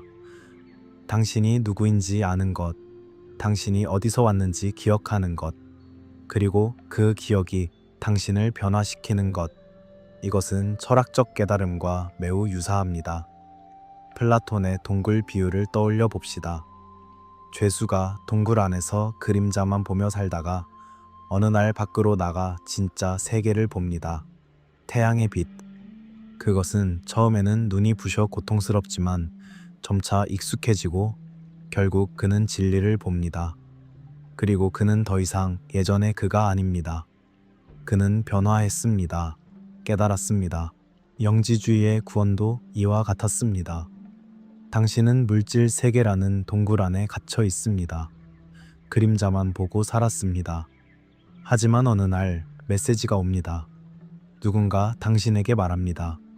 당신은 여기 속한 존재가 아니다. 당신은 빛에서 왔다. 기억하라. 그리고 당신은 기억하기 시작합니다. 흐릿하게, 조각조각. 그러다 어느 순간 명확해집니다. 나는 빛의 불꽃이다. 나는 플레로마에서 왔다. 그리고 나는 돌아갈 것이다. 이 깨달음이 구원입니다. 이것은 믿음이 아니라 알미입니다. 하지만 그 알은 단지 지적인 것이 아니라 존재론적인 것입니다. 당신의 전체가 바뀝니다. 파도 소리가 계속됩니다. 밀려왔다, 물러갑니다. 보이는 것, 보이지 않는 것. 이 리듬은 최면과도 같습니다. 당신은 점점 더 깊이 들어갑니다. 플라톤의 형상세계와 영지주의의 플레로마. 둘은 같지 않지만 비슷한 직관을 공유합니다. 이 세계 너머에 무언가 더 진짜인 것이 있다. 그리고 우리는 그것을 향해 나아가야 한다. 철학자는 사색을 통해 그곳에 다가갔습니다. 영지주의자는 계시와 깨달음을 통해 그곳에 다가갔습니다. 방법은 달랐지만 방향은 같았습니다. 위로, 안으로, 빛을 향해. 알렉산드리아는 이 모든 것이 가능한 공간이었습니다. 왜냐하면 그곳에서는 경계가 흐릿했기 때문입니다. 유대인이 플라톤을 읽었고 그리스인이 성서를 읽었으며 이집트인이 헤르메스 전통을 이어갔고 모두가 서로의 언어를 빌렸습니다. 이것을 혼합주의라고 부릅니다. 싱크레티즘, 섞임. 어떤 이들은 이것을 부정적으로 봅니다. 순수성이 오염되었다고. 하지만 다른 이들은 이것을 창조성으로 봅니다. 새로운 것은 섞임에서 탄생한다고. 영지주의는 후자였습니다. 그것은 순수한 기독교도, 순수한 플라톤주의도, 순수한 유대교도 아니었습니다. 그것은 이 모든 것의 조합이었고 동시에 그 무엇도 아닌 새로운 것이었습니다. 우리는 등대로 다시 시선을 돌립니다. 파로스 등대는 여전히 빛을 내보내고 있습니다. 그 빛은 물리적 빛이지만 동시에 상징이기도 합니다. 지식의 빛, 진리의 빛, 어둠 속에서 길을 잃은 배들을 인도하는 빛. 영지주의자들은 자신들을 그런 빛의 전달자로 보았습니다. 우리는 등대다. 우리는 어둠 속에서 길을 잃은 영혼들에게 빛을 비춘다. 그 빛을 따라오라. 그러면 너희는 고향에 도달할 것이다. 하지만 등대는 고정되어 있고 배는 움직입니다. 어떤 배는 빛을 보고 안전하게 항구에 도착합니다. 어떤 배는 빛을 무시하고 다른 길을 갑니다. 어떤 배는 빛을 보았지만 너무 멀어서 도달하지 못합니다. 이것이 역사입니다. 영지주의는 등대였지만 모든 배가 그곳으로 온 것은 아니었습니다. 대부분은 다른 항구로 갔습니다. 정통교회라는 항구로. 그리고 영지주의의 빛은 점점 희미해졌습니다. 하지만 완전히 꺼지지는 않았습니다. 그것은 계속 깜빡였고 어떤 이들은 여전히 그것을 보았습니다. 철학과 신학의 만남. 그것은 언제나 긴장을 동반했습니다. 초기 교부들 중 일부는 철학을 의심했습니다. 터툴리아누스는 유명하게 물었습니다. 아테네와 예루살렘이 무슨 상관인가? 아카데미아와 교회가 무슨 상관인가? 그는 믿음이면 충분하다고 주장했습니다. 철학은 오히려 믿음을 흐린다고 경고했습니다. 하지만 다른 이들은 달랐습니다. 알렉산드리아의 클레멘스, 오리게네스. 이들은 철학을 도구로 보았습니다. 신학을 정교하게 만드는 도구, 성서를 더 깊이 이해해야 하는 도구. 그들은 플라톤을 읽었고 그것을 기독교와 조화시키려 했습니다. 그들은 영지주의자는 아니었지만 영지주의자들과 같은 공기를 마셨습니다. 이것이 영지주의를 이해하는 데 중요합니다. 영지주의는 진공 속에서 생겨나지 않았습니다. 그것은 문화적, 철학적, 종교적으로 매우 풍부한 환경의 산물이었습니다. 알렉산드리아 같은 도시가 없었다면 영지주의는 아마 존재하지 않았을 것입니다. 혹은 매우 다른 형태였을 것입니다. 하지만 알렉산드리아가 있었고 그 도서관이 있었으며 그 항구가 있었고 그 혼종성이 있었습니다. 그래서 영지주의는 탄생할 수 있었습니다. 복잡한 질문을 복잡한 언어로 다루는 전통으로 밤이 깊어지며 도시는 조용해집니다. 파도 소리만이 계속됩니다. 보이는 것과 보이지 않는 것, 물질과 영, 지식과 무지, 감옥과 자유. 이 대비들이 파도처럼 반복됩니다.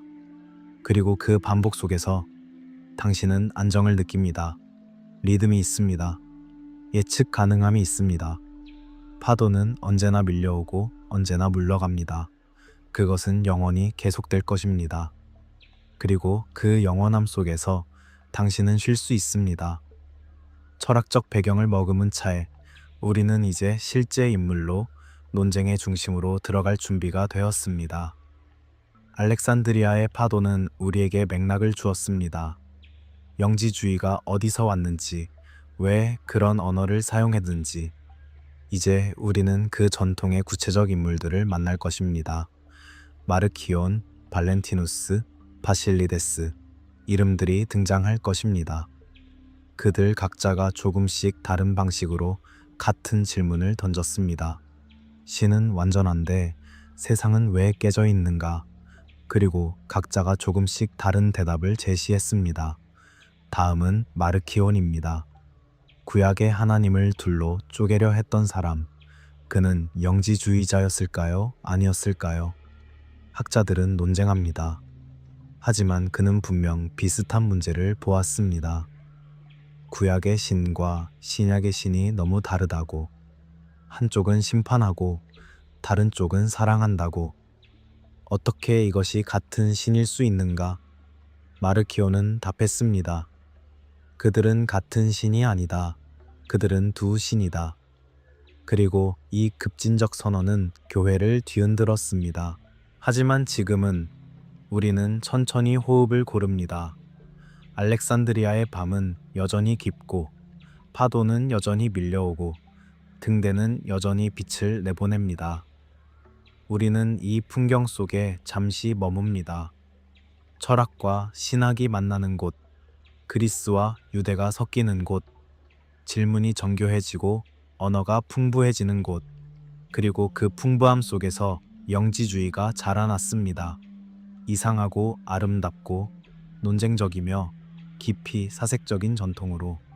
천천히 숨을 쉬세요. 파도의 리듬을 느끼세요. 보이는 것과 보이지 않는 것 사이를. 그리고 다음 이야기를 위해 준비하세요. 마르키온이 기다리고 있습니다. 그의 두 신의 이야기가. 하지만 그것은 다음 밤의 이야기입니다. 지금은 알렉산드리아의 파도 소리만 들으며 쉬십시오.